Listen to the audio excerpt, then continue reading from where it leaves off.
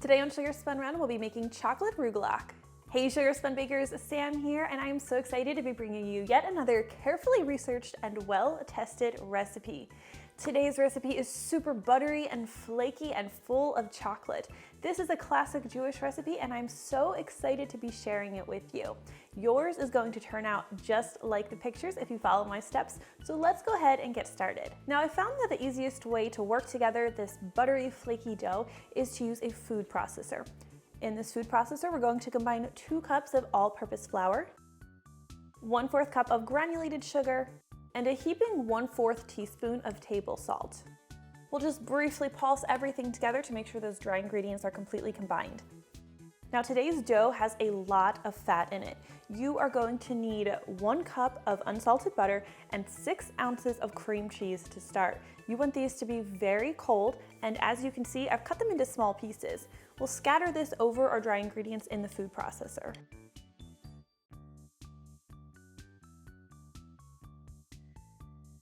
We'll also be adding 1/3 cup of full-fat sour cream. We're going to pulse everything together until it's combined, but I want you to take a look at this dough when I'm finished. As you can see, it's still really shaggy, it looks pretty dry, and there are discernible pieces of butter all throughout the dough. But if I take some with my fingers and I pinch it together, you can see it clings together. This is where you want to stop. Don't work it together anymore past this point. Now we'll transfer this to a clean surface. Make sure you don't lose any of it because that dough just wants to go everywhere. And we're going to use our hands to work this into a rectangle.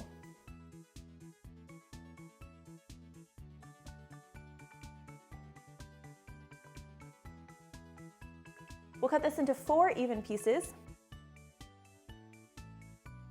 And we're going to want to wrap each of these individually in plastic wrap. Now, I like to work each into a nice round disc that's only about a 1/2 inch to 1 inch thick. This is going to just make it easier to roll everything out in a bit.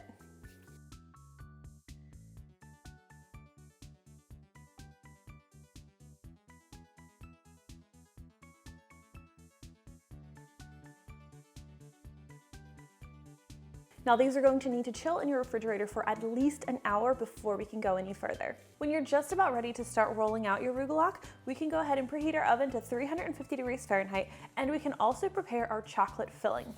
You are going to need 8 ounces of semisweet chocolate, and we're going to break this into small pieces and place it in a microwave-safe bowl.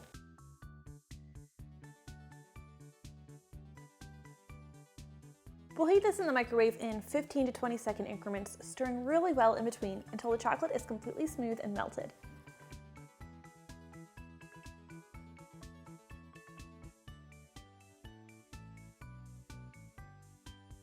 Now we're going to add a 1/4 cup of firmly packed light brown sugar.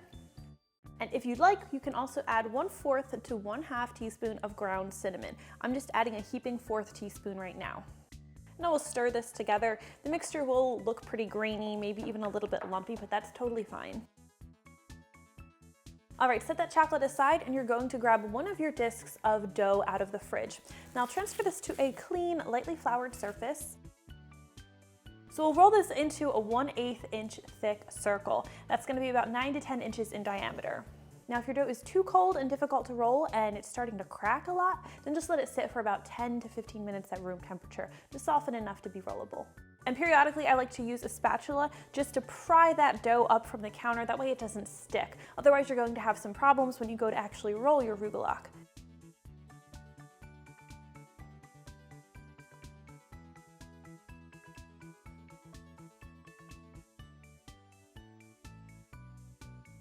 Okay, so I'm pretty bad at rolling out circles, but we're just gonna go with this. Now, if your edges are a little bit ragged like mine are, you can use a pizza cutter to just trim those up.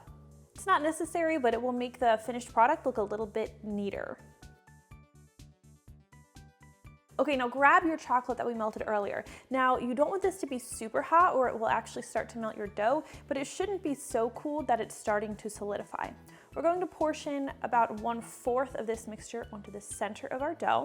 And we're going to spread it towards the end. And you do want to make sure that you want to leave a perimeter around the edge of the dough.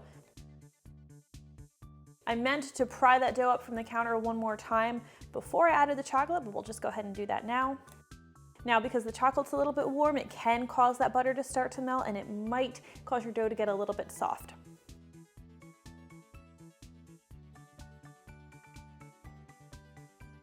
You'll want to use your pizza cutter to make 8 cuts to make 16 slices. And cut it just like you're cutting a pizza.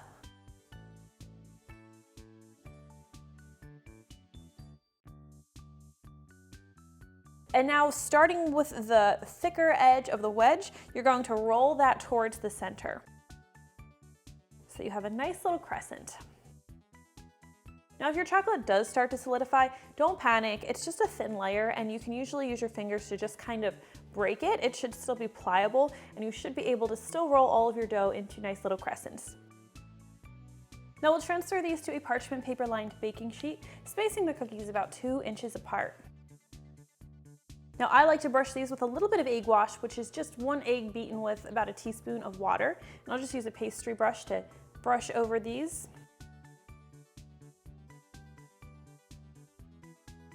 And then for a little bit of extra flavor and texture, I'm going to sprinkle some turbinado sugar over the top.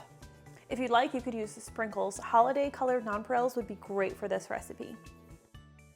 Now take these over to your 350-degree Fahrenheit oven, where they're going to need to bake for about 22 to 25 minutes, or until they are a nice golden brown color. And that is how you make perfect chocolate rugelach at home. I hope you guys enjoyed today's recipe, and if you try this one out, please let me know what you think. I always love hearing from you. Thank you so much for watching, and I'll see you next time.